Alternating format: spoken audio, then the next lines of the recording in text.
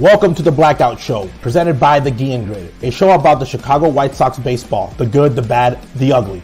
We'll debate what's working and what's not on the south side of Chicago. It's old school versus new school baseball. And most importantly, we're keeping all the receipts.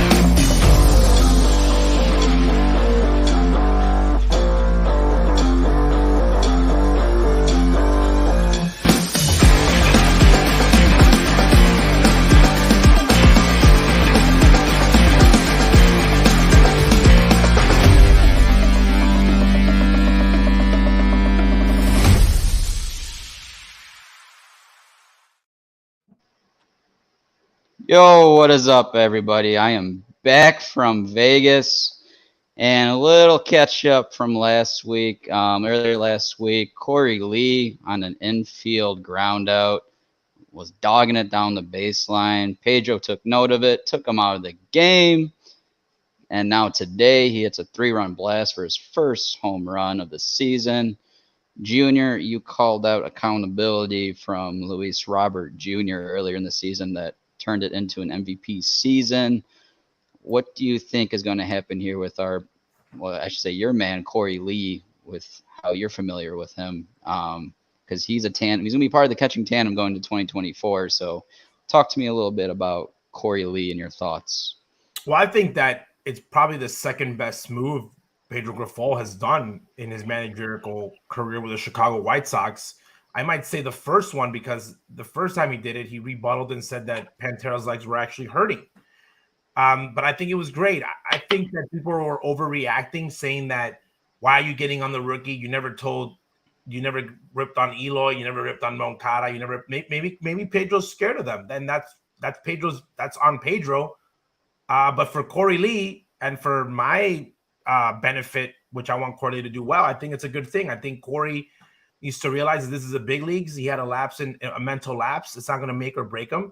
That nothing's guaranteed. And it was an iffy play. It looked like when he came out of the box that he wasn't sure. It wasn't one that he just dogged it and didn't just stood there and not run. But he didn't look like he was running like someone that just got to the big leagues. So you know what? They called him out. A little wake-up call. But he's responded to it. And that's what he's supposed to be there. Hopefully, me knowing Corey personally, I don't think he took it personal. He just took it like a learning moment and move on. But that's it. I don't think this is going to be Corey Lee's last manager in the big leagues.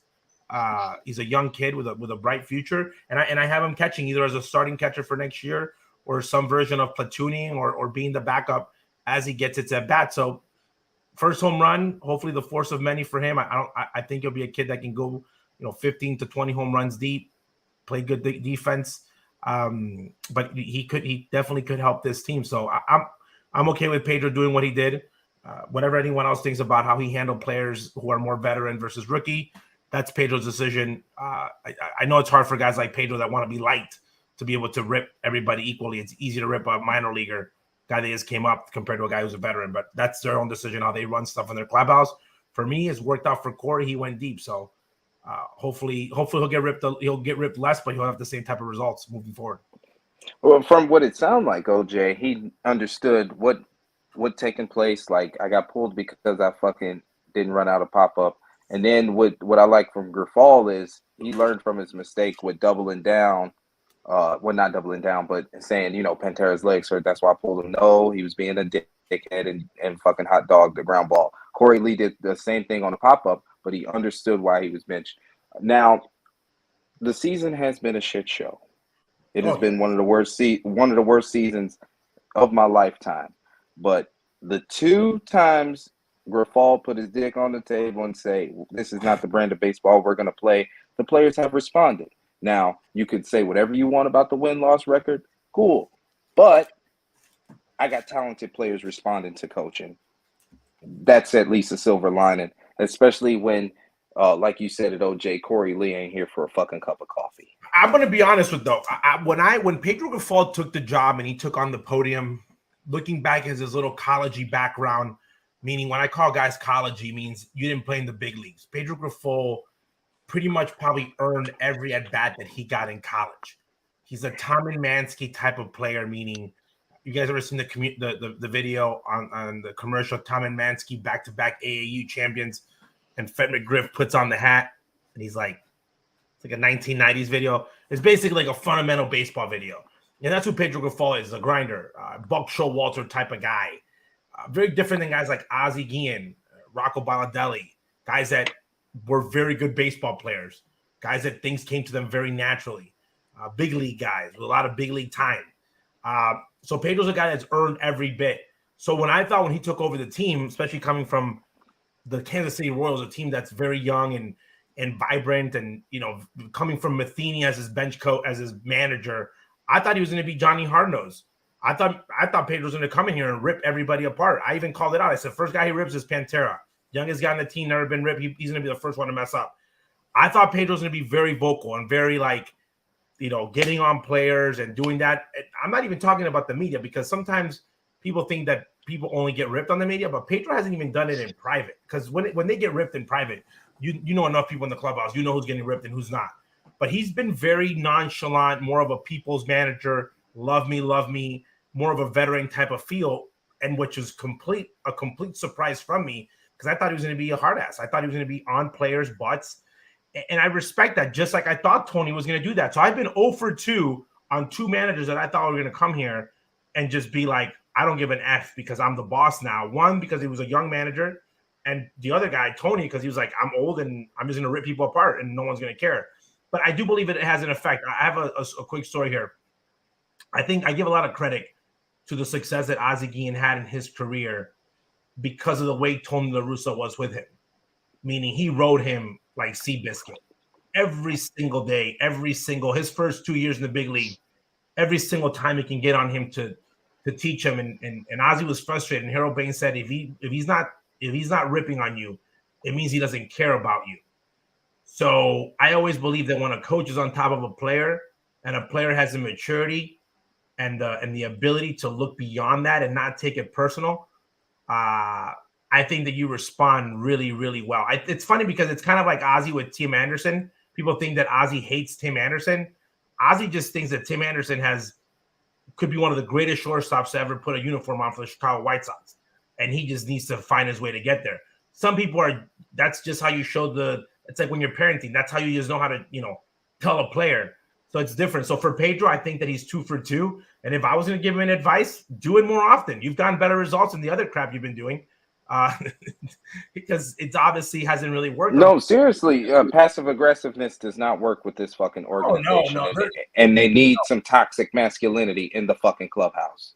They do. And the passive aggressive, it's hard to pull off passive aggressive when you don't have the hardware to be passive aggressive. You look dumb when you're being passive aggressive in baseball and you don't have the hardware.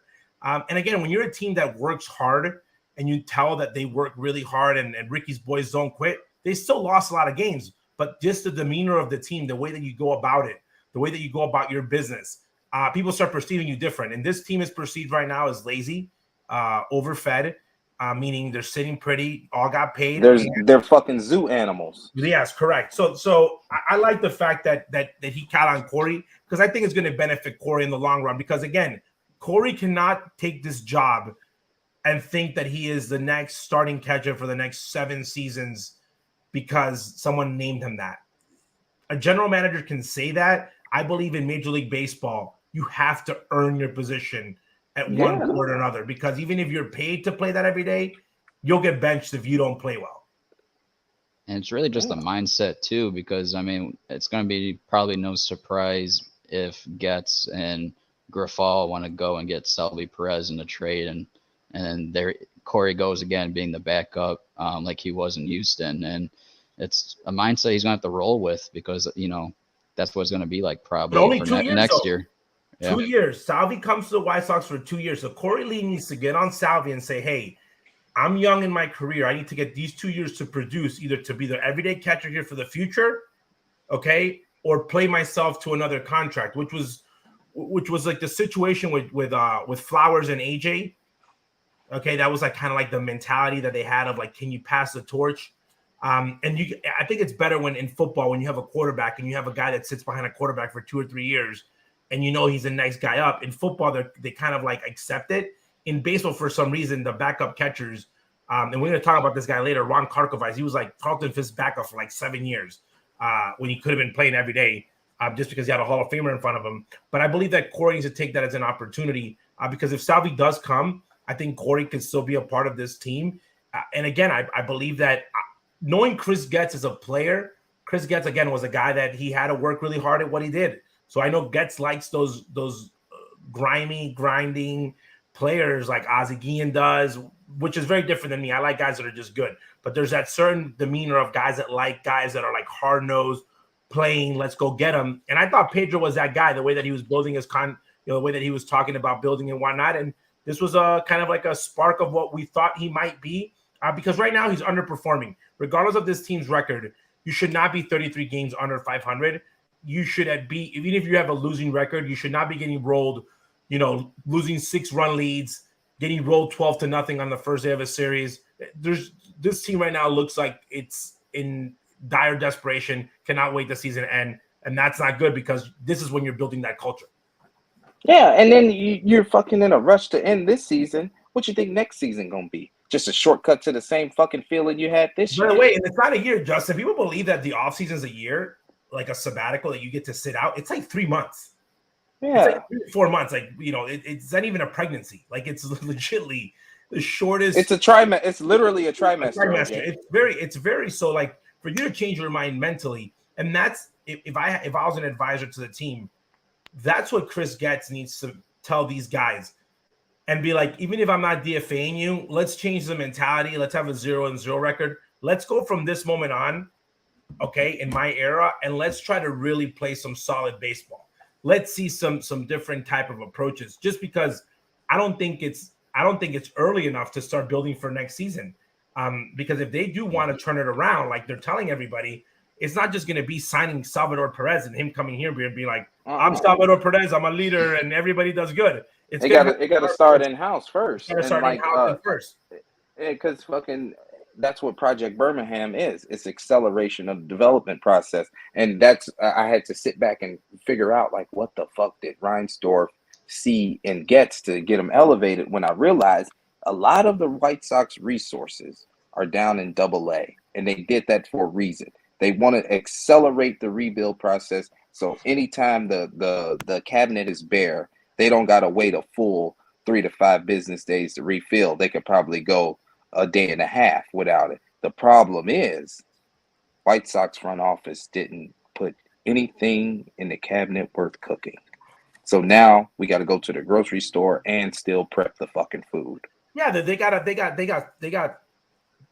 have a 3 to 4 year window to replenish Getz in this draft and kind of just bring up, develop like the new crop that you're going to have ready like in 3 to 4 years of those players. But they have to kind of speed up the process on guys you might have waited 2 or 3 years on and bring them up as soon as possible. That's why I would bring them up next year in 2023, 2024, like just to see like what they have and just be able to go because people's expectations are, I don't think that they're expecting a World Series or even a playoff run, but you need to get as close as possible to 500 as you can and change the branding of baseball that we're watching. The branding of baseball that we're watching right now is embarrassing, okay? It's embarrassing to the point that you're a meme. You're losing games on a balk, okay? You're losing 6-run leads. You're missing cutoff men. You're not playing solid baseball, and that's where I like the fact that they told Corey Lee, run the bases. You got to start from the fundamentals. And that's what I want. That's what they need. That's their goal for next year. It's not a division. It's changes the brand of baseball. Like we went from like, change the game to like, what does that like change the game was like better than this crap. Like this is bad. Like this is just a very bad brand of baseball and something that White Sox fans are not used to because shit. Hey, OJ, it went from change the game to whoop your kids, according to Pedro Grifol. I like it. I like what we're hearing. He has to. The way that you gain the fans' trust is by getting those little wins of benching guys, grinding it out, finding ways, being like doing the little things, because you're not going to go and win a division tomorrow, but you got to be able to gain the trust. And I know why Chris Getz is saying Pedro's a guy for next year. Again, it's a good selling point. It's smart financially, but Pedro's in his first year of managing. Okay. Pedro right now could go down as the greatest interviewer of all time, because the way they made it seem out to be the fans, he beat Joe Espada, future baseball big league manager and well-renowned coach who's very good at what he does. He beat Long. He beat Carlos Mendoza. He beat your former World Series manager, who's not even 60 yet. The guy that won the World Series. You told the fan base that this guy blew your mind so much. And Chris Getz was part of that group, by the way, that they blew their mind so much that you went with him. So they must have seen something in that interview that changed the game for them and changed the mindset that this is the guy. So right now, that guy in his first year is underachieving. They might say, we bet on him. We might be able to try to see what he has year two. And if they don't see it, they have to be able to make a fast move, because here's a dangerous part. If you don't make a decision and decide early enough for him, and you just let him ride out and do 3-4 years and all that, you're setting yourself back even way longer, because you're trying to get these guys as ready as possible. Even if Chris Getz is thinking down the road, like, I'm going to win in 2016, 2027, 2028, whoever's the manager today, Pedro, Ozzy, Justin, Chris, Gonzo, me, whoever it is, needs to get these guys ready to play in a pennant race later on. That's why when people talk about Ozzy in the World Series, I always say Jerry Manuel doesn't get enough credit for what he had done with that core, because Jerry had done a really good job of making really good baseball players out of those guys that were there prior to Ozzy getting there. And just like Ozzy said, and he said it on Foul Territory, what would you address? And he said it to the team when he got there in 2004. He said, the only reason I'm here is because you guys have underachieved for a very good manager in Jerry Manuel. You know, you guys got Jerry Manuel fired. And he went on to say, I got coaches fired before. I was a player. I've done it many of times. So that's what you have to realize is that. Hey, OJ, you think Pedro Grifol told the players you got fucking Tony La Russa fired? No. You got a Hall of Fame manager fired? No. He wouldn't have said that. Pedro Grifol don't like honesty, or? No, I just don't think he likes shaking the boat. And you know, it's not fair to compare both. Number one, Ozzie Guillen played big league baseball for 14 years. When you've played that long, 14, 15, 16 years, you got in those paychecks, you really don't give an F about what people think about you. When you've coached and you're good at what you do, and you've won and you've had success, you're kind of like like Deion Sanders right now in college. Like, he's not scared. He's not like worried about like, oh my God, like I'm making this much money. It's just like, I'm here. Guys like Pedro Grifol, it's like if you and I got the job. Pedro Grifol probably went from making 60, 70, 80K a year to making $1.5, $2 million. He has jumped the whole 5 brackets in taxes probably. Him and his accountant are having a way different conversation than they were last year. Okay, he did no not dollar menu for Grifol these days. He did not make big league money. Okay, he's just a normal guy grinding his way out. So you get the big league job, you're not going out there to piss anybody off. You're like, I'm going to do my job.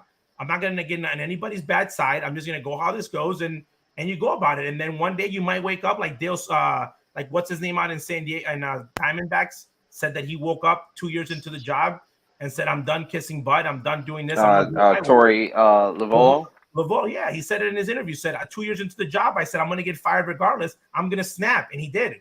And it's worked out for him. So Pedro's got to decide of like, when you're a first year manager, like how long can you be Mr. Nice Guy and be like, oh, I'm going to have this job forever when I'm Mr. Nice Guy? Because guess what? If you lose, you just had a whole fan base turn on you in less than a season. In less than one season, everybody in this fan base, I don't know. It's so funny. It's like presidential elections in Venezuela. Nobody voted for Chavez at one point.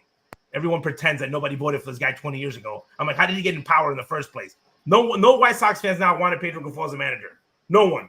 Everybody's like, oh, I didn't want Pedro. Oh, no, I wasn't a Pedro guy. Bullshit. Yes, you were. We all were. We said, okay, well, this guy's the guy they want. It is what it is. Everybody was excited about the press conference. He said everything was perfect. He said the right words, and now nobody's on his boat. That's the big difference. So he needs to decide on himself. This offseason for him, he's going to have a heart-to-heart.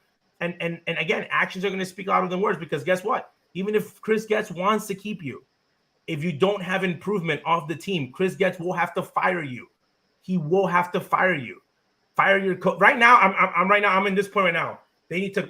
Chris Getz might fire some coaches around him just to wake some people up. I'm gonna be honest with you, OJ. I don't see a lot of people making it to the winter. Go ahead, Gonzo. That's a great point, and that is going to transition us into what just happened. The bigger news of this week was the official introduction press conference by the White Sox, as we saw Jason Benetti welcome the new baseball president of operations and general manager Chris Getz to the stage, and Jerry spoke some words. Justin, I want to know some of your thoughts on what you heard from that press conference. What stood out to you? Well, Jerry lied to me again. Now, this motherfucker only talks twice a year, and he's still lying to me. What do you mean you're fucking upset? You promoted the guy that made you upset. What do you mean you're having a sense of urgency with the team when you promoted the developer of the delinquents? Okay. Now, I'm one of Jerry's biggest bootlickers, because he gave me the Michael Jordan legacy, and he gave me 05. But I'm 30 years old right now. My favorite player in franchise history is Yohan Moncada. My White Sox fandom is a fucking joke in 2023. And Jerry Reinsdorf got on a fucking podium and introduced a guy that I didn't want to have the job. So that's how I'm feeling, Gonzo. That's how I'm fucking feeling. Thank you for asking. So I had a couple notes here. We can go one by one. I'll get your thoughts on them. First, let's start off with Pedro staying for 2024. Honestly, I think we discussed this in the last 2 episodes. Honestly, with you probably want to start over, because we've all seen what this guy has done, and nothing's changing. He hasn't really made any improvements for on the field, and you know, that coaching acumen, what we've seen, we were disappointed, and we actually thought we would see more from him. Is there anything? Let's just say this, though. If he's staying for 2024, since that's what we've been told, what do you think Pedro can do in this last month of baseball that can give you any hope going into next season? He has to hit for the cycle. My manager has to hit for the cycle for me to have hope for fucking next season. Like, what is there, Gonzo? We're 30 games under 500. Everybody who wears a fucking suit. 33. We're 33 games under 500. Everybody who's important and wearing a suit for the fucking team is telling me they're not rebuilding when they hired a rookie manager and they traded away a lot of fucking salary. That site's a rebuild in baseball terms. I don't know. I'm just a dumb fan.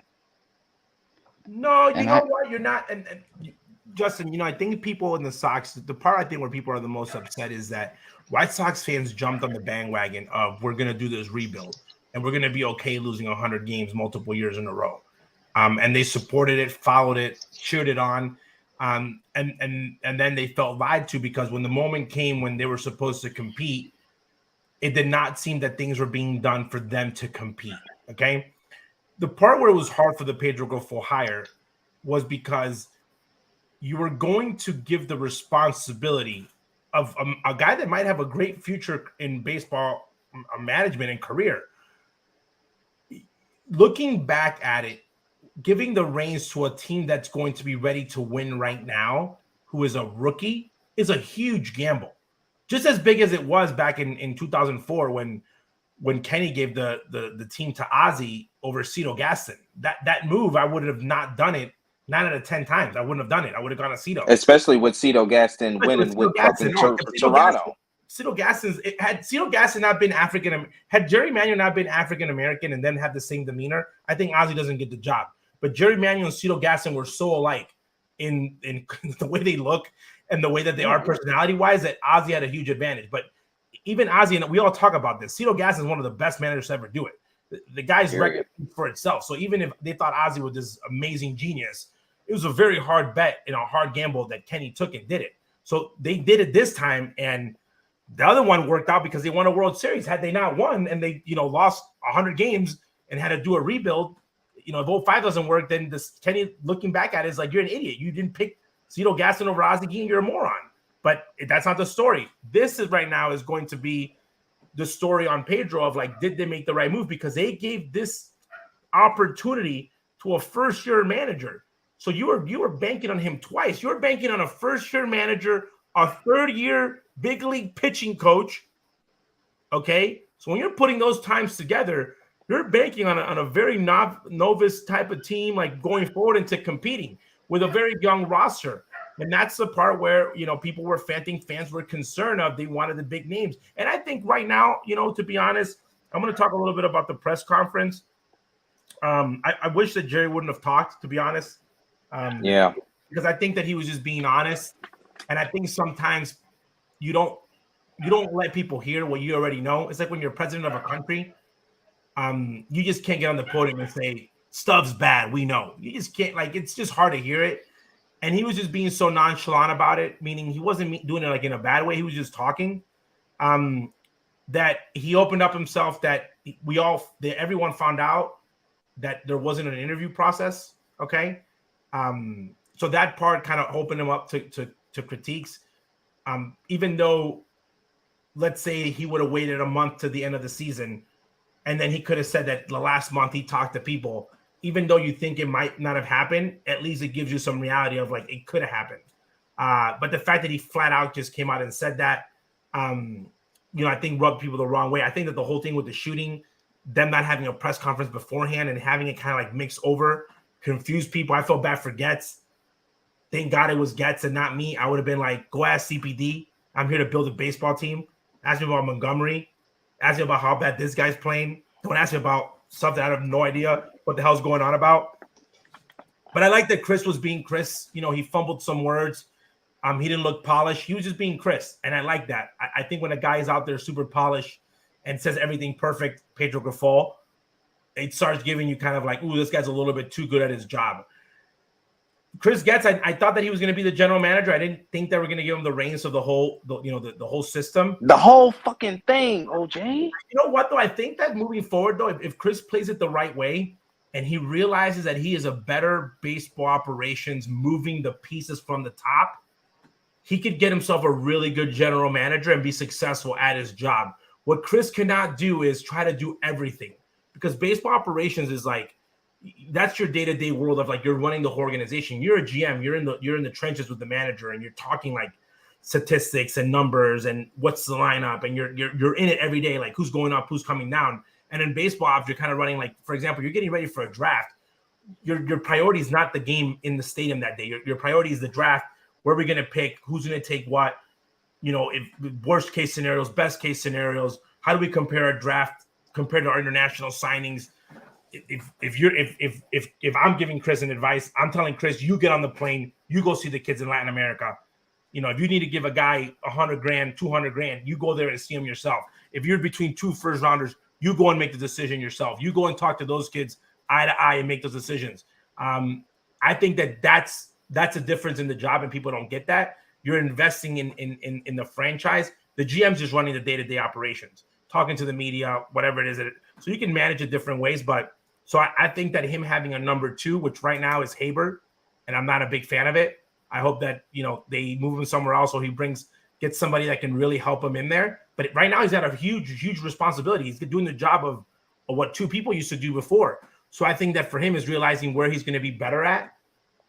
And even if he's still the head of baseball operations and he's got to do more of the GM work and he lets somebody else do the baseball operations side, he can't falter. The challenging part when you're managing a franchise is you have to worry about what's on the field right now and this problem, and how do I keep my team competitive for the next 5, 6, 7 years, the way that I draft and develop.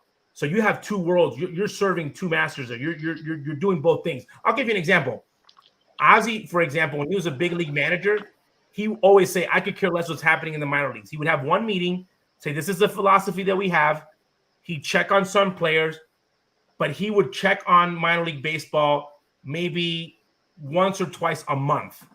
because his world was the big leagues, and Don Cooper, and they would use their pitching coordinator and their hitting coordinator to see like what guys would be ready to come up on certain guys that they either kind of like circled or guys that could be a surprise. But Ozzie was not like going home and watching videos of minor leagues because he was doing that with big league guys. So that's the separation of when you're in the big league staff and the minor league staff. So he needs to kind of separate those two. But again, I'm not surprised that Jerry picked the guy that he was familiar with. We just got to give him time because I don't think you can judge Chris Getz until 2 or 3 years from now, depending on this draft and how they develop the guys that they currently have and the moves that they can make. I really don't think, and I think the hope that Jerry and I think that a lot of the fans are trying to see is that you really got to hope that Chris Getz was not, that he really had his hands tied. And the way that it seemed, the toxicity between Rick and Kenny, which is not something that I don't think anybody had a preview to. I didn't. I thought they got along really well. That there was a lot of toxicity, and maybe Chris Getz had his hands tied on moves that he maybe wanted to make or situations he wanted to do, because the way that the organization is rolling right now, let's say Chris Getz wanted to move Colson Montgomery up in the pipeline, it looks like he really didn't have that power, that he could suggest it, but then in theory it was going to be a decision made by somebody else. So that's right. That you kind of like hope that his brightness is a little bit better than what has been showing, and that those players are going to be the ones that are going to kind of set his tone on what he's going to be like as a GM. Yeah, I want to see where his alpha is right now. Not to cut you off, Gonzo, but let's just take a look at Chris Getz's player career. It's nothing spectacular. Mostly a role player coming off the bench. I mean, he had the 1 year where he played over 100 games, but in totality, he's been a utility guy coming off the bench and infielder. Very smart player. He is cut from the Craig Counsell cloth. And when you got a guy like that who has been through the system, knows how everything works, knows how kids want to be talked to, knows how parents want to be talked to. OJ, that's why it's important for him to get his ass on the plane and talk to these parents instead of these other robots. No, and you know what? Something I'm going to give Chris. I seen a human at the podium during the press conference. I like that. Chris is very likable. You talk to Chris Getz. Everybody likes Chris. He's authentic when he comes. Came off as a player. He's an authentic human being. He's always Chris. So that part, those guys that just rub you the wrong way. Like, this guy, like he doesn't have that pompousness to him. I think he's very prepared academically wise, a smart guy.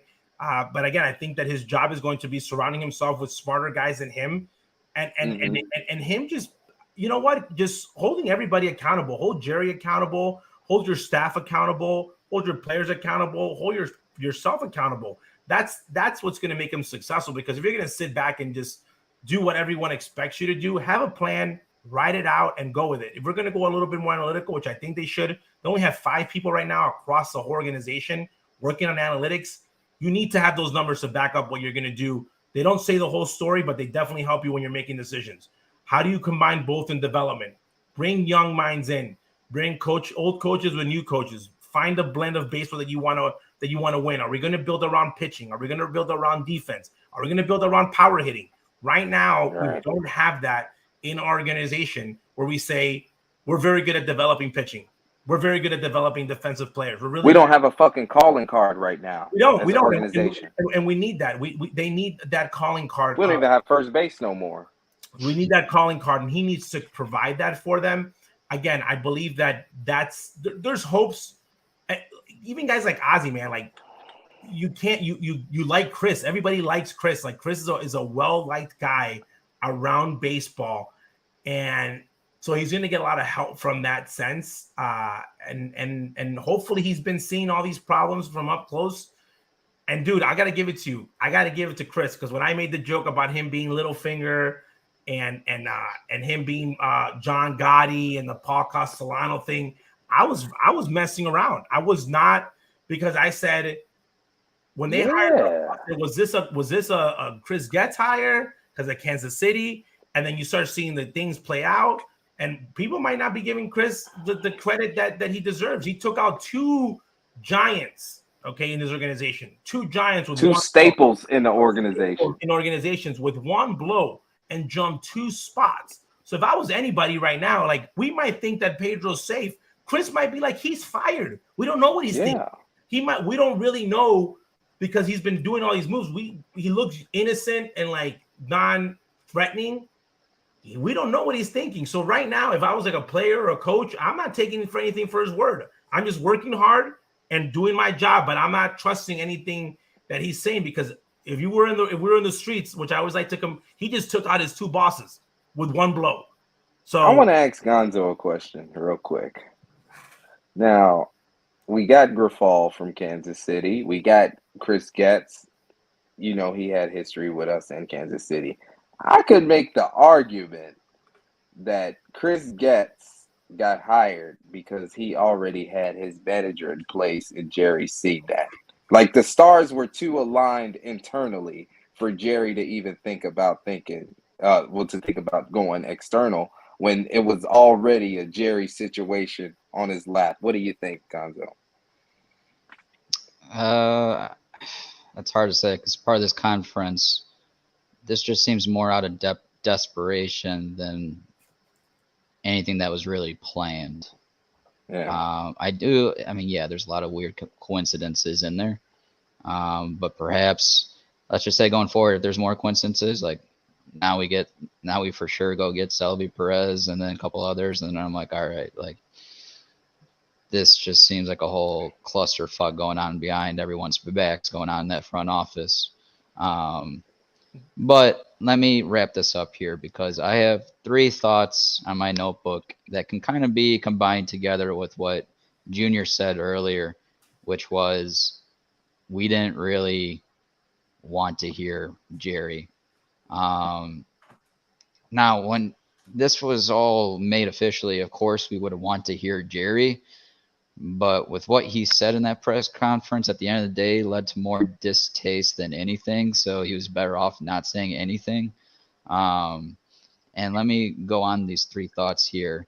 My first one was there seems to be a confusion of a core because Chris Getz first spoke and said that everybody on this roster is available. Everybody. And then when Jerry comes onto the podium, he goes, oh, no, we have a core and we have assets that we are going to build around. So that is straight up confusion. Rami Gonzalez and Brian Ramos. Yeah, no, that's just straight up confusion. And I just don't understand. How can you say that? How can you have that confusion, Jerry, when you just had an interview, presumably with your internal candidate that you just hired? Like you guys should be on the same page going forward, especially when you go in front of the media and the fan base. Gonzo, so one thing that I'm going to bring that on you that he said that he liked the way that his minor league system had been and things were happening in the minor league system. You have to realize when he says those words, fans are thinking about wins and losses and development of players. It might be that there's just been no issues or things have been handled well, or he's been. So I don't think so. My first statement comes from Guff asking him about the core. Yeah, well, the core is like okay. I want a question. Who's the core? I'm gonna ask you guys. Gonzo, what's your core? I want to see what your core looks like. We're gonna see right now. It's gonna be Robert, Cease, and Vaughn. Okay, Justin, what's your core? Robert. Okay.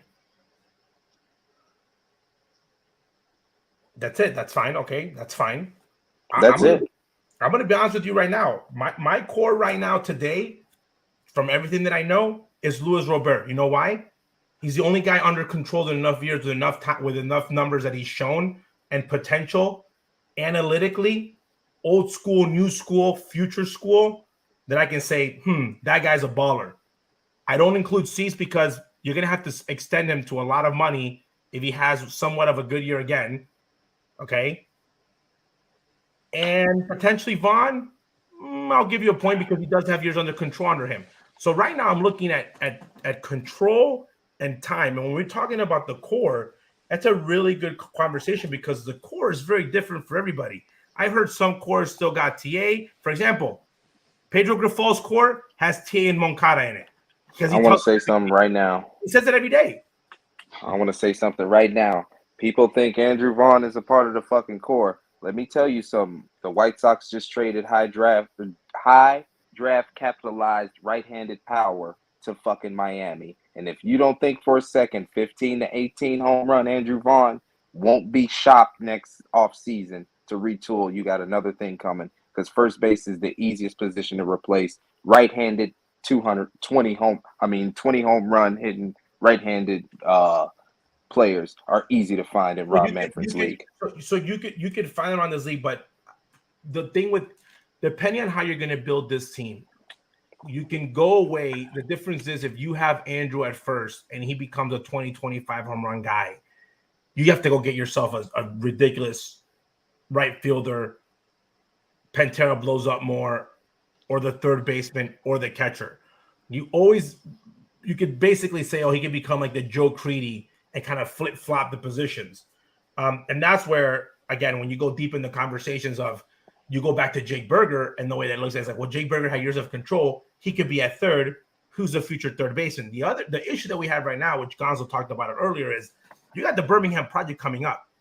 Yep. In order to have success with that many rookies around, you have to be very talented and very concise on how you're making the moves, okay? Because they're pretty much bringing up the core. So the quicker they bring these guys up to the big league, so we find out who has what and who is going to be here and who is going to produce, because you can't, let's say Brian Ramos does not work out at third, then you might have to move Andrew Vaughn because you might need a 40 home run hitter at first base.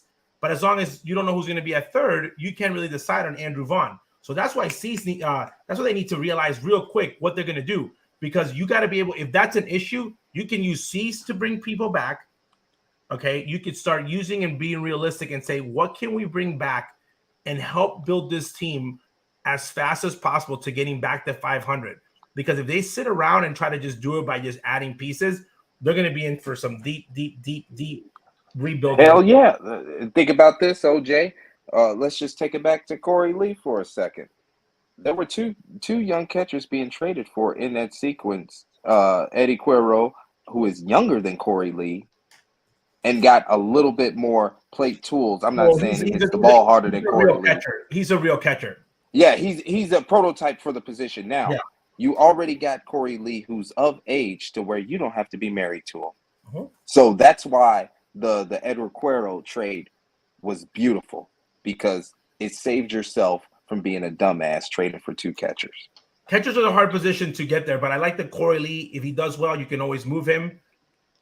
Give time to Curry. I mean, he's a bat first. He's an OPS catcher. Like there's gonna be an area on your roster for a catcher that provides OPS. But it's going to be interesting for the people that enjoy, and I think Gonzo and I think you enjoy it as much as I do. For the people that enjoy the part of baseball of building a team, okay, I'm excited because I'm going to get to see how big of a genius Ethan Katz is. Mm-hmm. Because you have people to work with. Now he's building from scratch. Yeah. Now you can. That the reason I like the Guardians, meaning the way they develop pitching, is because they don't keep anybody. They develop them and they get rid of them. Like they use them, and then when they're going to go get rich, they just send them off somewhere because they're like, we got somebody else coming in. Like that's just their model. Right now, you have the opportunity when you got a couple guys that have been on the roster for a long time, and you're getting to see these younger pitchers coming in and saying, okay, what can we do? Who can we develop? Out of the 5 guys, can we trade? Can we find two big league starters? So now from the people that are into developing players and developing talent, this is what you have to do. And if it's the Birmingham project, don't make it a project anymore. Bring those guys up to the big leagues and have them play with Pedro. Like, what's the genius? So if Pedro's sitting back here and saying, I don't like the veteran guys, I'm scared of them, then take them away from him. Give him kids. Maybe he's better managing kids. Maybe Pedro's scared of guys in big contracts. There's some managers that are. Maybe he's better. There are guys in positions of authority that can't handle larger egos in them. Like, how many coaches and managers in sports coach guys making more money than them? All of them. All of them. So and masculinity, money runs masculinity. So you put that together, you got a coach managing a guy who's making 100 times his salary. That's a big social gap that most men can't handle. That's why Phil Jackson the GOAT. Greg Popovich the GOAT. So the second thing on my list that Jerry said was the whole thing about him hiring internal was due to competing right away, then wasting a year for an external source to look over his system and to decide what is best moving forward. And my whole reasoning behind this whole statement was, well, you're going to be wasting a whole year anyways going internal because you're still that many holes away from actually competing. Even with Getz being player development in the minor leagues, knowing the organization, if you bring him up as your internal source, there's still way too many holes to fill to truly compete. But he's not wasting a year because he already knows it. And that's where he's not wasting a year. And that's when he puts on, you guys seen the meme when the guy puts on the gangster glasses on? Dude, he is the owner of the team. Everybody's lucky that Jerry Reinsdorf was not Ozzie Guillen Jr. or he's not my grandpa. I would have been like, dude, just drop the mic and say, I'm going to do whatever I want to do and just walk away. And at the end of the day, we all knew in the game. And it was funny because I turned to Ozzie Sr. And I love Jerry. Anytime people are like, because I know when the moment the team sold, he might not be no longer. And I love Jerry, not in a baseball standpoint. I love him as a person standpoint. Baseball's a different story because that's business. But as a person, I think he's a great person. But when he is talking to people on, like, we were expecting, including myself, because I jumped on this. I said A-Rod, I said Lunhao, I said Theo. I had a list of people that he should probably go out to eat and talk to. And there was a glimmer of hope, like in my head, like a fantasy, that he was going to go out there and do this. And he was never going to do that. He was never going to do that because that's not his style. And that's the part which is interesting, is like that even someone like as close as we are to him as that we were expecting like a little bit of change. But in reality, it's like we like, as soon as Bob Nightingale put out there, we're like, we should have been like, it's Chris. It's going to be Chris, maybe with a boss, maybe without a boss. Like, why are we expecting so many magic tricks? And in reality, I think that he's done a couple of things. He absolved Tony, that this was Tony's fault. He's made that very clear. And he wanted Chris, to kind of be the guy. And why not? It's his team. And people are like, oh, Chris. I've said, well, should Chris be to blame? Like, why not Chris? People wanted a huge name. I think at the end of the day, you're going to have to do, whoever came in was going to have to do this work. There's just other guys out there that have done it before and have done it well. We're going to find out if Chris Getz is one of those guys or not. Yep, that's for sure. And the last thing I had to bring up here was one of his last statements was, we're not going to be in on Ohtani, and there's no 10-plus year contracts for starting pitchers. Now, ultimately, I may agree with just the overall subjectivity of that statement, but honestly, it leaves a distaste because you're admitting your own desperation, and at the same time, by telling me that you're not going to be on Ohtani or any 10-plus years contracts, which I wouldn't give to starting pitchers, but at the same time, you still need to spend that money for premium talent to go along with your development of your picks. And it just rubbed me wrong just because, yeah, I know that Jerry will spend money, but at the same time, I don't feel good about him turning that down that quickly when you're going to need premium talent at the end of the day. You're an idiot if you thought Ohtani was ever going to, number one, consider the Chicago White Sox, number two, be on the list of people that were going to go after him. I'm going to be honest, man. But that's not why I said that. I'm saying premium talent overall. With the 10-year deal, I'm going to be honest right now. I've been watching everybody's tweet about Miguel Cabrera, okay? And everyone basically is making fun of Miguel Cabrera. You should have retired 4 years ago. You should have done this.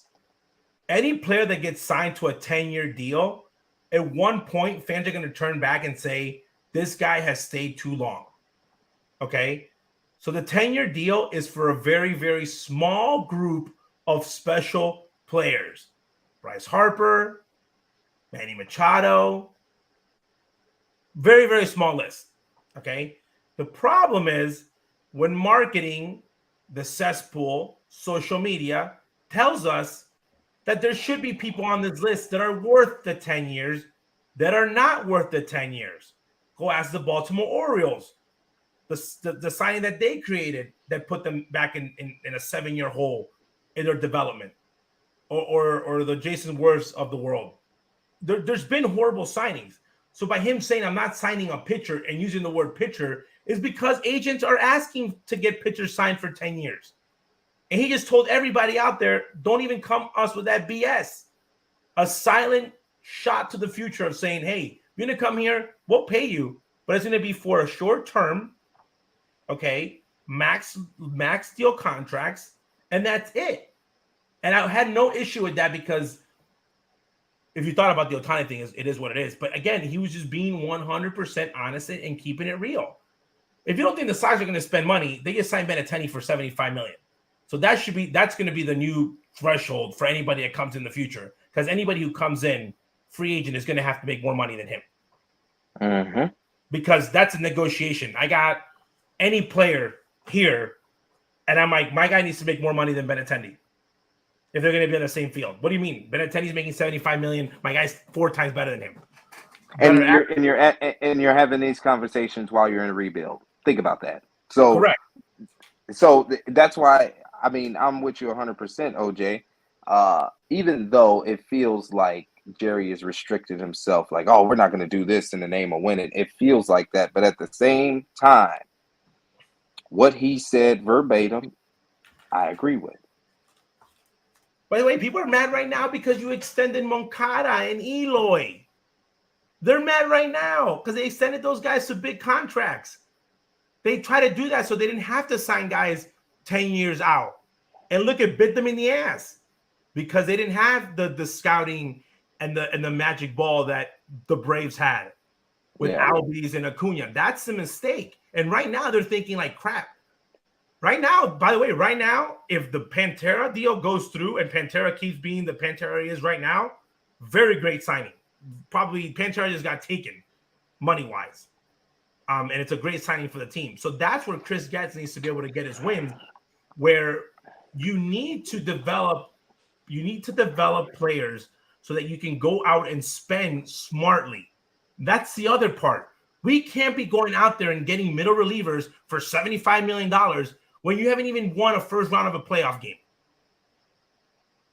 That's the other part. They spend $70 million or something, and they've never even had past round 1 of the playoffs, but they want to spend all this money on the bullpen. That's bad baseball. You spend money on the bullpen, that means you're not developing. Why? Because if you have enough starting pitching, the starting pitching that cannot start becomes relievers in the big leagues. It's simple. So the good teams don't go out and spend on relievers. You might go get one guy, a veteran guy in the middle of the year to kind of give you that pushover. But everybody else that's a really good team develops that relief pitching and spends at least amount of money there. That was the first mistake. So when people say they don't spend, they have not landed the Manny Machados and the Bryce Harpers of the world. And they could have gone and overpaid for a couple guys. But do you guys think that Bryce Harper would be making a difference right now on this team? Do you guys really think so? No, because he's a first baseman. I'm just saying, do you guys think they would have signed Manny Machado? Do you think Manny Machado is making a difference right now on this team? No. Other than him hitting home runs and whatnot. Pantera's going to be a top 3 player in Major League Baseball, guys. Take that into consideration. 2022, 81 and 81 with the Cy Young of the American League. With all due respect to Justin Verlander, Dylan Cease was a Cy Young. Okay? He didn't get the award, but he was a Cy Young. Go look up the numbers. This year, they're going to have a top 3 MVP on the offensive side. And they're going to be 35 games, 40 games under 500. So they've had the player. They just haven't been able to build around that player and stay consistent. I'll be honest, man. Chris Getz said something about the trainers. That's what they need to go look at. The fact that these guys play like 70 games together, use your analytics to find out who's going to get hurt or not. Like find a formula, an algorithm. Stop signing guys that are hurt. Look at the WAR. For all the crap that Pedro Grifol has been getting for playing Elvis Andrus, right now, the only guy that should be probably signed next year as a backup is Elvis Andrus. Give him dude, the guy's got like a 2-point-something WAR. He's the best player. Look, some of these guys' WARs is just ridiculous. It's saddening. because they're not even close to anywhere. So literally, Robert's clearing the team by himself. So Look how many offensive players we got at a sub-1 WAR right now. that's an issue because it means you're not even producing at a level of like we're not losing games. This is probably like you're not losing games. We're not losing games because you're gone. We're losing games because you're playing. Correct. You're not losing games. Like you see Oakland's games and it's like tie game, 6th inning, and they have to bring a bad reliever and the guy gives it up and they couldn't hold on to the lead. There's probably like 40 games like that a year. That's not where the White Sox are at. The White Sox are not even getting in the game. That's the difference when you're comparing the Tigers and the Sox and those teams of like, those other teams are just like, oh, they don't have that middle reliever. They don't have that depth in pitching where you're, after the second starter, you just got 3, 4, and 5 are just like, garbage. The Sox they're not even there. They're not even in that part of the conversation. That's why this growth to back to 500, people are talking about pennant races. They need to worry about back to 500, back to the division. Like, you got to take. When's the last time we kicked somebody's ass, bro? When Pedro said it. That's in the offseason. That was the last time. That was the other day. And I'm black, so the other day could be like 6 months ago. And on that note, we are moving forward because, chat, we're going to introduce a new series to this show, and it is called our MLB All-Time Series. Sorry, Slav. We'll hear your catcher next show while we're going on to first base. Miguel Olivo. And yes, tonight we are focused on the catcher position, and I'll start it off.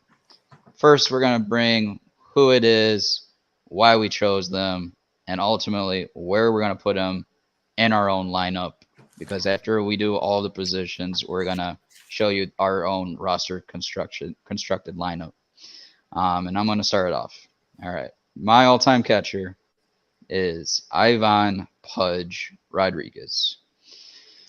And let me give you just some numbers because I do think the new generations tend to forget them.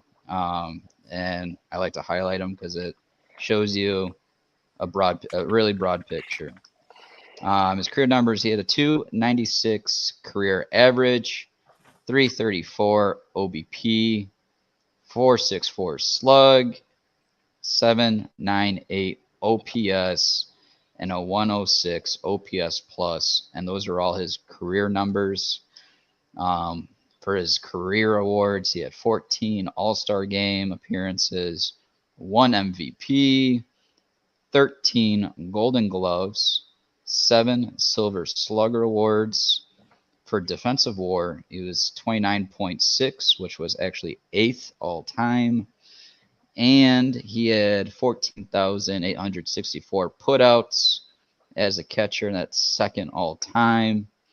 And he had a 1 World Series championship in 2003. So clearly that's all the numbers and awards. For me, when I'm picking my all-time players are all overall with batting, defense, baseball acumen, baseball IQ, everything put together. And that's why I chose Ivan as my all-around player for my all-time position as catcher. And needless to say, what he could do with the bat, we all saw. I know Junior saw it on the field in front of him at a younger age. Not only his bat, but what his arm can do as a catcher, throwing guys out with ease, and his IQ. His IQ is, I'd say it's up there with Yadier, Molina. Just how he handles his staffs. I have true respect out of Pudge, who played for, well, most of the time that I was watching the game, it was when he was with, that I remember at least, was with Detroit. But yeah, that's my all-time catcher, and with my lineup, he's batting 8th in my lineup. I'll give it to you, Justin. I'll let you go next. Wow. So I'm actually picking Pudge too, and be straightforward. He's the greatest fucking athlete to ever play the fucking position. One of the top 5 all-time offensive players for the Texas Rangers. When you look at Ivan Rodriguez, one thing stood out for me, like watching him, was he was like an Avenger. He was a superhero. Like watching, he was like Sonic the Hedgehog as a catcher. Cut the pillows perfectly, running the bases, electric arm. Everything about Pudge had some zip, electric, some flair to it. And there's a lot of good catchers you could go. Johnny Bench, Gary Carter. I wanted to put Javi Lopez in this conversation. I just can't fucking do it. Like, there's a lot of catchers you could have picked, my fiance, but Pudge Rodriguez is the number one catcher of all time in my eyes. All-time favorite American player in the American League. I love the American League as a conference. Love it. Unlike Gonzo, I'm not going to have him batting eighth. He's the best athlete at the position. I'm going to have him batting second. If you look at what he did offensively, Pudge didn't walk a lot, but he didn't strike out a lot. So he had a very active bat. I could put a lot of plays on with Pudge at the plate. I could play small ball, or I could have him swing with square, and he could give me about 20 bombs, 25 bombs, even 30 bombs if we got that Rangers jersey on. So said all that to say this, you're going to have to give me the freaking Puerto Rican Pudge Rodriguez, and I'm batting him number 2. I like that. Reverse positions in the lineup, me and you. Yeah. Hey, pause. All right, OJ. No, so I'm going to go a little bit different. So I'm going to say guys that I thought to the process. So Pudge was easy for me, and I thought I was being biased, and people are going to say, oh, you came out here and picked Pudge. I think that longevity for him at the level that he stayed, he came up to the big leagues at 19 and basically made the Texas Rangers competitive for the next 15 years, where they didn't have the titles. But when you look at their record, I think it was like only like 1 or 2 seasons under 500. So always relevant teams. And he goes to the Marlins only 1 year in Miami.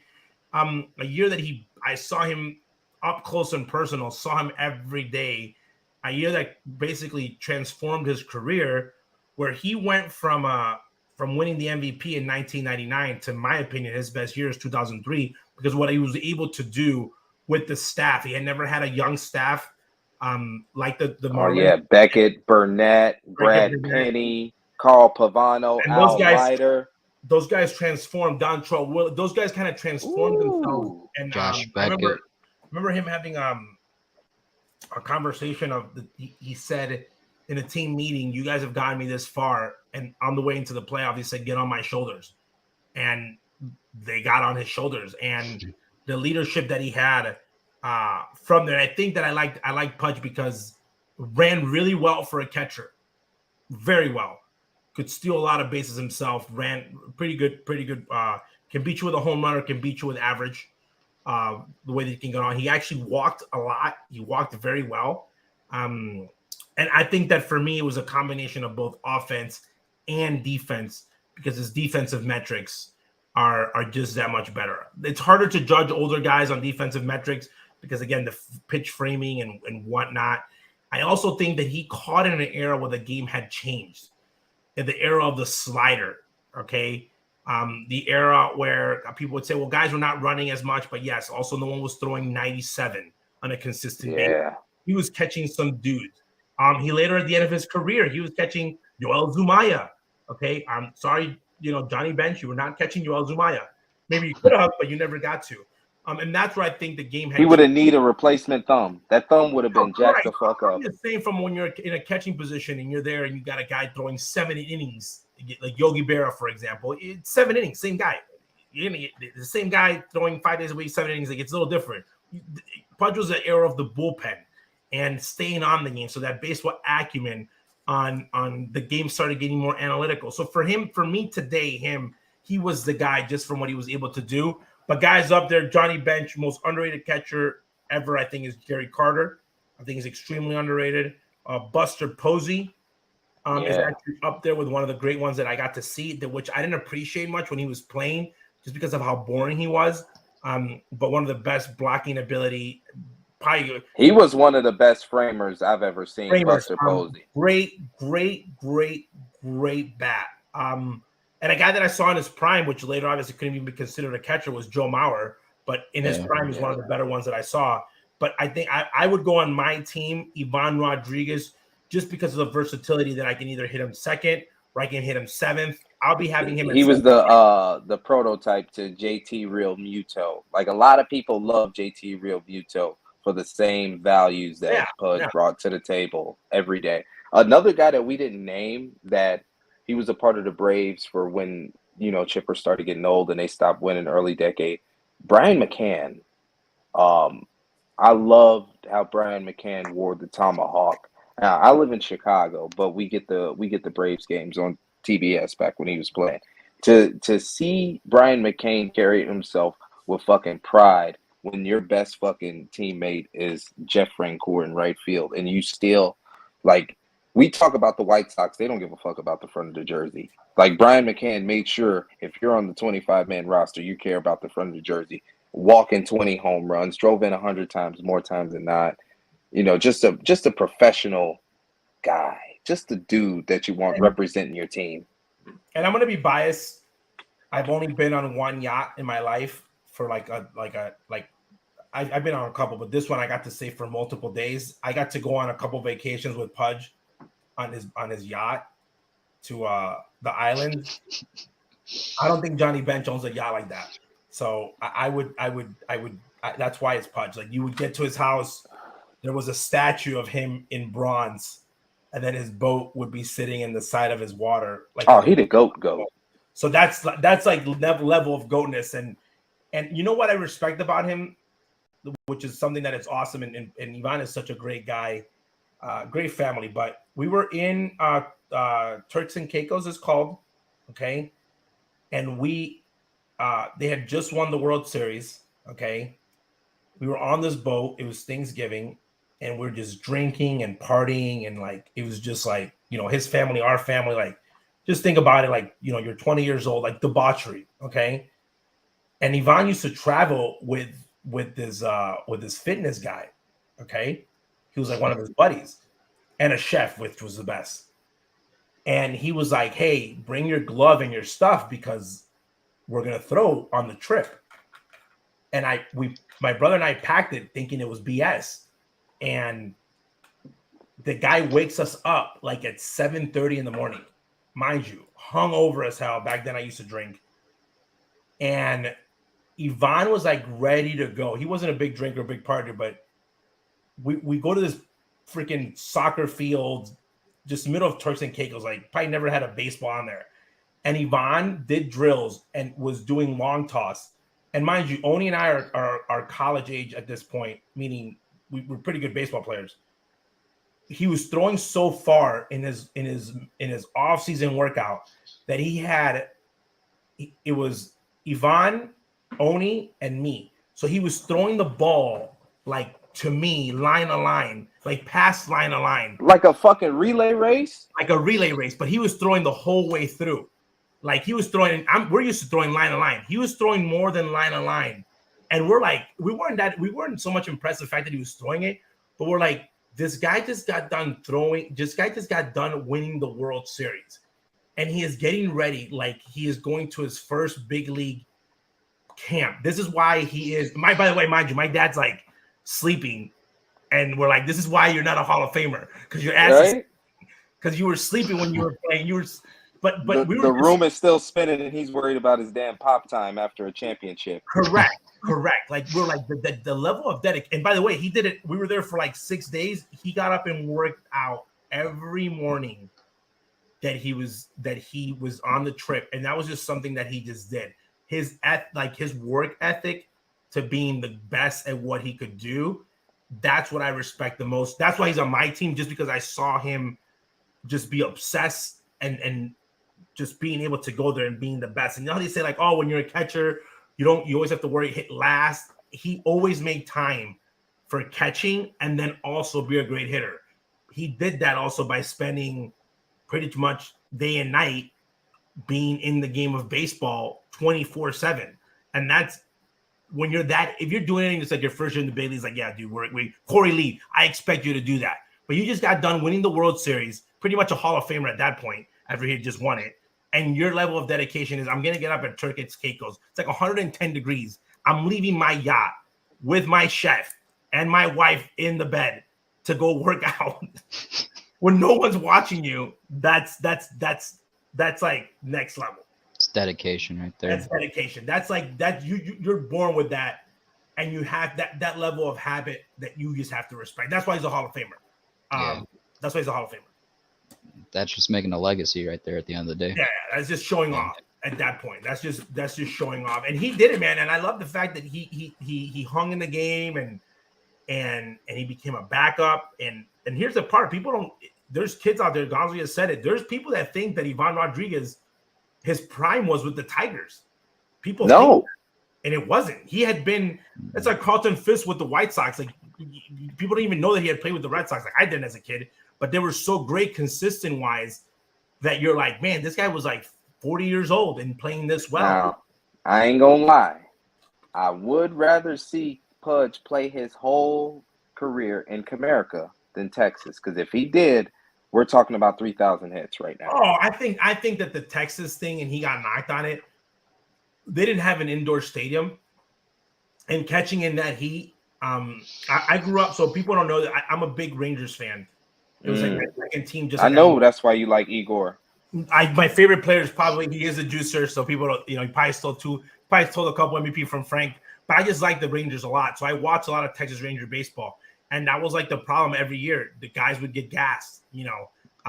Guys would just get gassed, and Ivan would get gassed, and they're gonna play well, but they're gonna get gassed at the end of the season. And it seemed that it's something that affected them, and it could have been some truth. Ivan leaves Texas, and he has more postseason success and more postseason wins and a better run in the other cities that he goes to, Marlins, and then with Detroit, he's a centerpiece of the Miguel Cabrera, Magna. Pretty much the Tigers just went and grabbed Miguel Cabrera and Ivan and build around them and brought in Maglio, Carlos Guillen, and they build a team of a combination, but he looked that much younger, I think, because the weather didn't affect him as much, which, again, it's something that...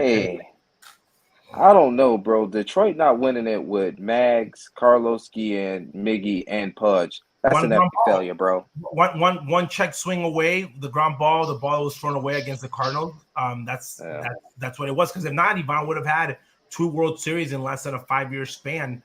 Same thing with Miggy. But, again, you cannot deem his time in Detroit a failure, because he did have success. No. And pretty much when you look at the numbers, even as a backup player, towards the end of his career. Like with the Nats and when he went back to Texas too.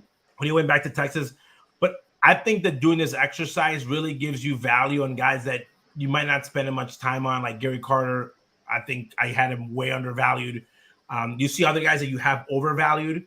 Or when you look at players that were successful, that you really don't, there hasn't been that many, guys that have hit 40 home runs in the catcher position. That if you have a catcher that can hit 20, 25 home runs and win it. And you're walking 60 plus times, you have a really good one. If he can put a catching glove on and you can get away with being like Mike Piazza, probably one of the best offensive players of all time, but he was horrible at catching, where his WAR is like 1.5 just defensively. He literally cost you runs behind the plate. And that's why I don't have him in the top ones, because it's not an all-around thing. But if you have a combination of guys that can catch, throw a little bit, but put the ball in play, that you're better off having a more balanced, well-rounded position than just a pure hitting. I think that you leave that for the DH or one of the other positions. I think that you have to have some defensive ability behind the plate in order for your team to be successful.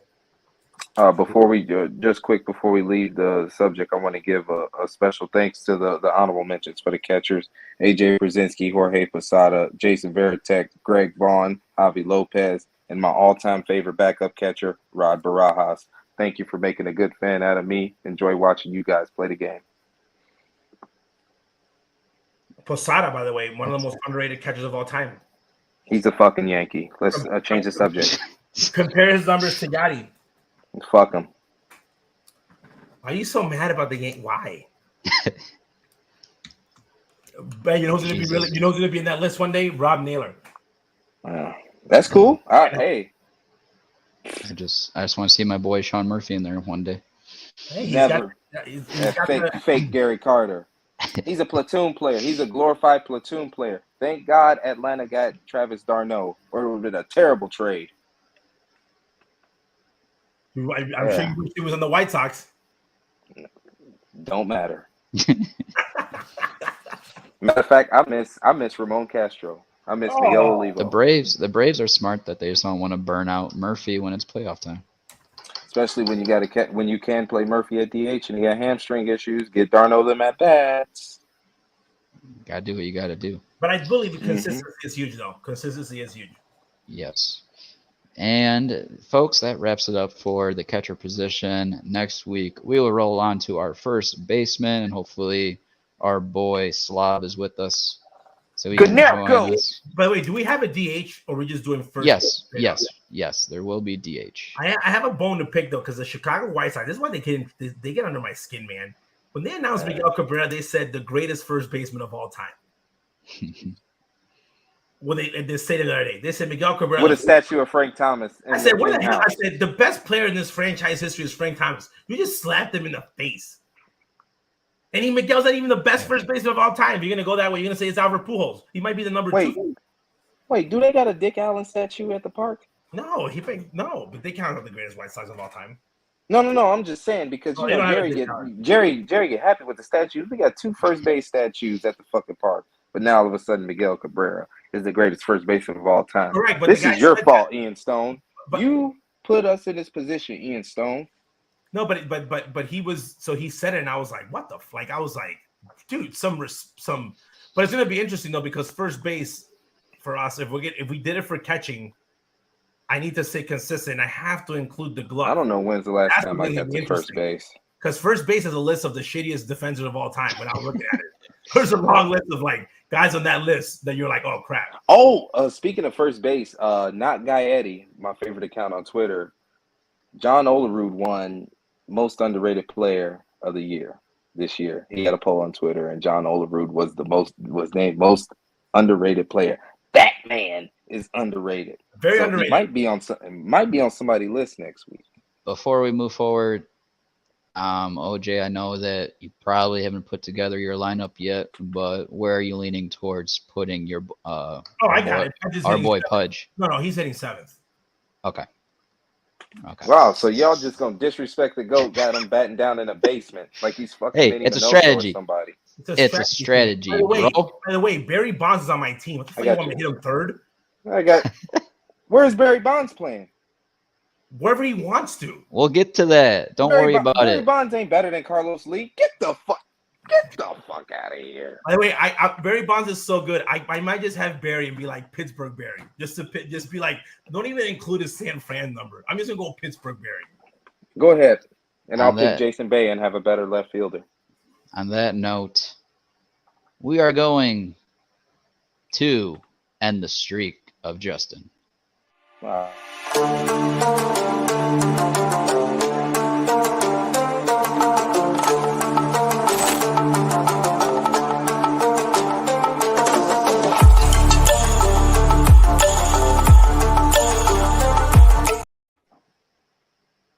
You're a fucking pig. I had to end it. I was disgusted. Okay. On that note, boys, Robert is off the board.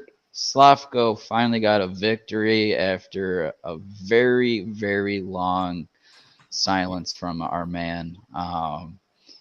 He actually allowed Jay to come back in timeout. But now, Slav won his 6th pick of the year.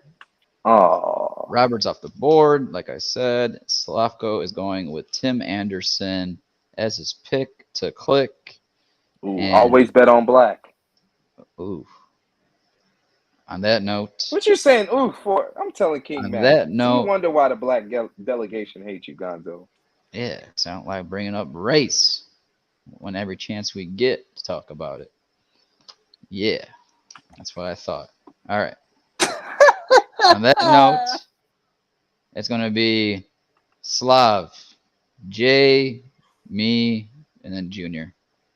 Junior needs to fight back because we got 4 weeks to go. I'm the Pedro Grifol of this pick the click. Yeah, Baldy, you're going down. So, Jay, you're on the clock. So I had a long ass 1 week losing streak apparently, and it ends right now. We had a whole fucking segment talking about the greatest catcher of all time. All right, so I'm just gonna pick the greatest catcher in Sox history, Corey Lee. It's amazing that you people gave me the easy way out again. I had Moncada 2 weeks ago. That fell into my lap. Now we got Corey Lee. You're about to see the ISO. You're gonna see the BABIP, and you're gonna see the slug. Earlier in the show, the great Bambino said he would choose a great defensive catcher over an offensive catcher. It's the most important defensive position on the field. I'm not going to argue with that. But when you have a guy like Corey Lee with right-handed thunder and a youthful body, you have to take advantage of that. I love the swing that Rick Hahn did, making a trade for him. And it's going to pay off because now he's my pick to click and I'm saying nice things about him. So I'm not going to lose this week. I'm picking my cousin, Corey Lee. Let's go, cuz. Yeah, Man, that was going down, Gonzo. That was some hindsight, man. Looking at your name tag, I should have saw this coming. Yeah. Okay. Well, you're going Corey Lee. I feel like I've had a couple victories with. This man Gonzo then froze out. Wait, who Gonzo couldn't? That's a forfeit. He can't pick nobody. Yeah. He can't pick after me. By the way, who does Slav pick? Slav got TA. Like literally, this man's computer had a stroke or something. It's like stuck. Well, I wonder. I know that he's not going to pick the guy I got because if not, I'm gonna be mad. Why? Who you got? Eloy? No. Why not? You're not picking the good players? No. I'm riding with my guy. I'm going. Yo. You know. Yeah. I know because you want to win too. I do. Like for all the people out there, if you want to win, pick to click with your friend group. Pick Moncada at least twice a month. Did you see the home run he hit today? I did. A fucking nuke. Like the sound on TV, the acoustics was absolutely. They sounded sexy. Yes. All right. So Eloy's my pick to click. I told you. Eloy's my pick to click. I froze. I'm All going right. Moncada. You're going Moncada? Smart. That was saying. That's smart. I forgot who said it during the broadcast. They were talking about beautiful swings but having no approach, and just reminded me of like the majority we've seen out of Moncada over the last several years: a beautiful stroke and no hitting approach. So you know what? He's just passive. I love the fact that he went deep because during the Tigers series, I watched him live. I'm sitting right behind the on deck circle for the 3-game series. I won every game, and he was taking some cock shots. He was taking some meatballs on the middle, and then he was taking meatballs down the middle, and then he was extremely late on the fastball. So it looked like he was guessing because there was a couple swings that he took on some pitches that he ended up striking out on in those at bats. That he was like super late on the ball, and it wasn't a velocity where you should be late. He was trying to ambush. He was trying to ambush pitches that are right on top of you. Yeah. Why are you chasing prey that is walking up on you? Just attack. Yeah. So I was very happy that I was able to get the home run because when I saw him, I was actually very concerned because he looked outmatched, which usually shouldn't happen to someone with his ability. But it must have been something that he must either been seeing wrong. I'm not gonna blame anyone, but I thought it was more on the scouting report. Because he wasn't the only one that was happening to. It looked like they gave him the scouting report to the wrong pitcher. And I was like, why are they so late on everything? But again, that's a different story. But because you can usually tell if the teams look comfortable or uncomfortable. He was taking some weird hacks on and then taking some meatballs on the middle. And I was like, yeah, at least hit that foul ball 400 feet. That's an interesting point there. Just because, I mean, you saw it for face value, and you're thinking with a guy like Getz, with them praising him for development, and you'd think that possibly this would change, but we're continuing to see it. no matter if it is. Well, this is well, he just said it. It's not a development issue. This is a prep issue. It's a prep issue. So the only guy that should have shoved this week that he was just nasty was the KC guy. Game 1 KC. Cole Reagan. Oh God. That guy was the fact that he got traded for Chapman, whew, they're gonna regret that one for a long time. He keeps pitching that way. He was as close as you can get to unhittable, even if you know that it's coming. He was that nasty. He was just that nasty. The Tigers guys, even Erod the first night, he was not on his stuff. So you shouldn't have looked as outmatched as you were. TA got him a couple of times because he actually the only one that did not look outmatched in the series was actually Tim Anderson. He actually looked like he was on top of the ball on every swing, but everybody else was like either late or taking weird count takes. And it seemed like they were a little bit off on the Tiger series. When you watch that, I hadn't watched that many games in a row that close from the same seat. So I had the same seat 3 days in a row. So I'm watching the same sequence. So it's as close as I'm getting to the bench. So I'm looking at the approaches and they all look off. Let's just go back to the Erod start. Now, we both know off face value, Erod didn't have his best stuff. No. Why the hell did it seem like he was pouring it right on top of the White Sox hitters? Why were you protecting yourself in hitters counts? Correct. You looked at the gun and you're not like, you look at the gun and you're like 98. And you're like, like you look at he's just, but you look I at could be tardy on that. You just get passed on a 91, 90. Like, 91 cutter middle in and you're late. In big league level, that's a meatball. And at least if you're not getting it for a hit, you're turning on that ball and you're hitting it like opposite again, which is the difference with the Tigers hitters, where you saw Miggy, who he had not looked that great in previous at bats, come up against Tukey and turn on two balls that it had been 2013.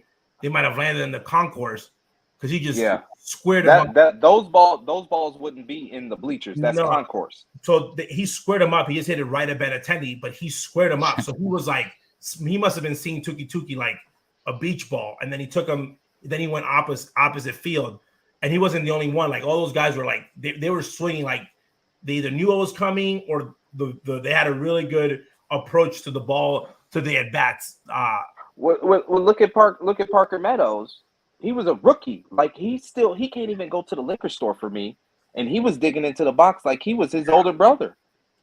So that's people need to understand this, and we can talk in the next show about this. The difference between development, okay, and in-game preparation. And that's when we make fun of the eye pitch. It's like, okay, the eye pitch is a machine that prepares you for the game, but that eye pitch has a program. And how quickly are you adjusting if that program is the wrong one? I got a game plan. It's like war. We got a game plan. They're football. They got this defense, that offense. In basketball, the coaches call timeout after a 5-point scoring, and we change the scheme. In baseball, you don't have to call timeout. When you come into the bench, you say, hey, that whole report that we just ran for 2 hours, scratch that. This guy is going, and that's when a coach gives you the breakdown. That doesn't happen no more. Boom, boom, boom, boom, See, boom, but I see what you're saying, but when I say development, like I just see that game prep as a part of development. Oh, yeah, you have to game prep. That's the maturation for your habits in the big league. Correct. They should be game prepping. Okay, and that's when you use exit velocity. Okay, in game preparation, you have to use game preparation and how this player is assimilating the game preparation. Because if I tell you, hey, this is a game plan, and you go up there and you just completely disregard it, because as a coach, I can give you my preparation. I can be like, this is what the attack's going to be. And if that's exactly what that pitcher's doing and you're just not even paying attention, now we have a real big problem because we had the preparation right and you didn't adjust to it. The hard part is when you don't have the preparation right just because they changed the scheme on you. The good preparation, the good development is how do you change from being agile to change it up? That's when a pitcher goes up to the mound, a pitching coach goes up to the mound, it's either to give you a breather or change something up. I change up, the first pitch that you're looking, what you're taking. So I always say this: good players adjust series by series, like game by game. Okay players do it series by series. Great players do it at bat per at bat. Hall of Famers do it pitch by pitch. there's guys that see one pitch and they're adjusting. Like they'll adjust pitch by pitch. There's guys that do it bat by at bat. The quicker that you can adjust to the game plan that the other team has against you, the better you're going to be as a player, and you're going to be able to make those adjustments. I'm gonna show y'all something. I'm gonna show y'all something right now. Right now, I'm gonna show you something right now. But as he goes and finds that, we're gonna start to wrap it up here. Let's give the chat here the update of the picks. It's gonna be Slob going with TA. Jay, you're going with Corey Lee. I'm going Eloy Jimenez. Junior Yoan Mancada. The standings are, I got 7. Slavko has 6. Justin has 5. And OJ has 3 with 4 weeks to go. And before we do shout outs, you say you want to show something? Yeah, I just want to speak on what OJ was talking about with development and prep. Like, if you look at most of the instructors around the country, they're teaching younger guys exit velocity, how to create a swing that gives you more exit velocity. Now let's revert back to Frank Thomas. Frank Thomas was one of the greatest right-handed sluggers of all time, but he isn't the GOAT because he hit every ball hard. He is the GOAT because he didn't need exit velocity to be successful. OJ, you've seen it firsthand. How many broken bat 2-run singles Frank Thomas got? Well, you do it because you also have a great approach, because you make that adjustment and you're hitting the pitch that you're not supposed to hit, and you have enough power where you generate yourself a base hit because you're fighting off the pitch. And those are those infield singles. And again, the hard thing with guys like Frank and Miguel is that you have no speed, so you're not getting a lot of infield singles. You're Tim Anderson, Ozzie Guillen. You're gonna get 20 of those bastards. And that's the reality. But those comes when you see those broken bat base hit singles, it's because they threw a nasty pitch and you just and you find a way to get hits. You're staying inside on the ball. Because imagine if Frank put a swing on the pitch like that nasty back foot that's supposed to either get him to hit into a dope. Imagine if he put the square swing on there trying to drive it for exit velocity. How many fucking double plays and for sure. Here's the other thing he hit into. When you see a player like piss on a ball that just gets destroyed, it's because it was a pitcher's mistake. Very rarely do you see a player piss on a ball full exit velocity when a pitcher makes his pitch. Usually when a pitcher makes his pitch and a guy gets him, it's like a flare, or best case scenario, a double against the wall. But it's usually not squaring up mistakes. Like, you're usually not squaring up. I'll give you an example. We were up here. The home run that Ronald Acuna hit off of Lance Lynn, that was not Lance's best pitch. Lance Lynn left a hanger, and Acuna just eats off of those hangers. And that's the big difference on when you're seeing at bats and approach. And that's why guys like bats longer through the zone. Because if you see slow pitching and you're going to see meatballs, you're going to see what Joey Gallo did to that position player every day. If that was the game, it'd be like slow pitch softball. And that's the difference when people talk about exit velocity and actually battling in an at bat, because you're not using a metal bat and the pitch is not always perfect in the zone. So you're not going to hit a squared up slider that's thrown the right location at the right speed. You're going to nick it and get a base hit, but you ain't squaring that bad boy up. No way you are. Imagine you telling a right-handed power hitter, okay, try to put the barrel on this black foot slider. I'll show you a broken shin. I'll show you a swollen ankle. Like, you're teaching exit velocity, but you're not teaching approach. Exit velocity is a result of a good approach. You're skipping steps. First of all, if you see Miguel Cabrera hitting the ball opposite way Frank Thomas, the reason they went deep is because they're also 6'4", 240, and other guys are not big enough to hit it out. So that's and that's when we were looking at when I'm looking at building out this roster. I'm looking at the well balanced. I'm not looking at the freak shows. Just because you hit 60 home runs or you hit 70 or you had a crazy season, I'm looking at the best competitive team, and that's why the teams that are the best teams are the teams that are well balanced, the teams that can find those weird hits against amazing pitching, because that's what it takes to win. And on that note, we're going to be going on to shout-outs. And I'll start it off. I'm going to shout out my one and only Soraya. It was her birthday, and that's why we end up in Vegas over the weekend. Oh, happy birthday! Happy birthday! Yes. She had an amazing 28th birthday in Vegas. But besides her, I gotta give you guys a shout out because you guys actually put on one hell of a show last week. It was really smooth and short, and I enjoyed it. Don't give me that look, Justin. All right. No, you saying you enjoying something smooth and short. I'm just waiting on the pause. At least we know you shaved. Oh, Jesus.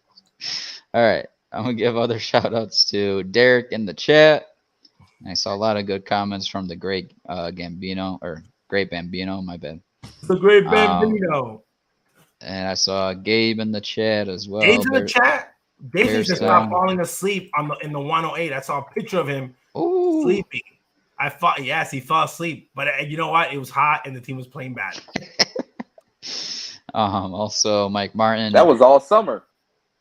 Sheesh. Mike Martin was in there too. Shout out to you, Mike. Thank you, everybody, for giving us all your views or your loyalty. We appreciate it. Justin, go ahead. Who do you got? By the way, Gabe's summer's about to get worse. The Packers about to play the Bears. Hey, stop fucking playing, man. I'm just saying, you're not gonna do this.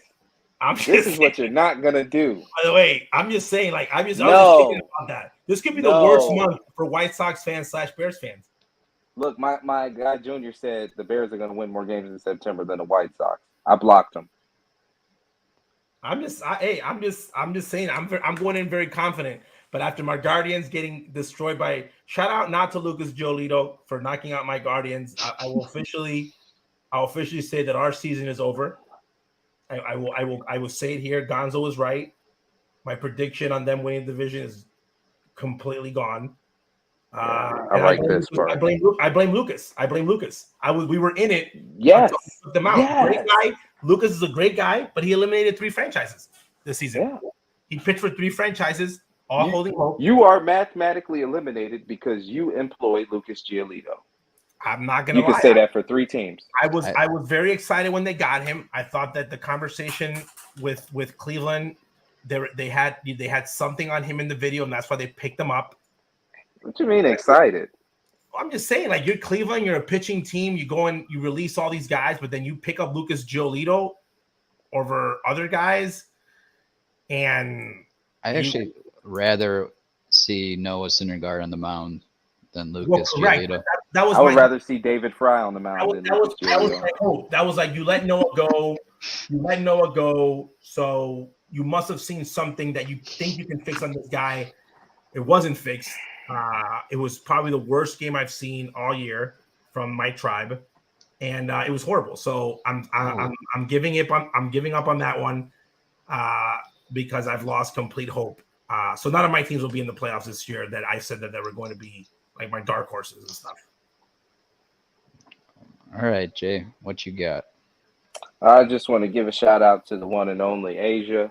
Once again, we had another good fantasy week. We popped in fat ass 10-7.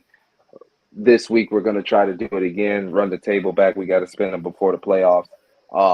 Actually, got to give a shout out to Slavko. He got older this Sunday. Happy belated birthday, Slavko.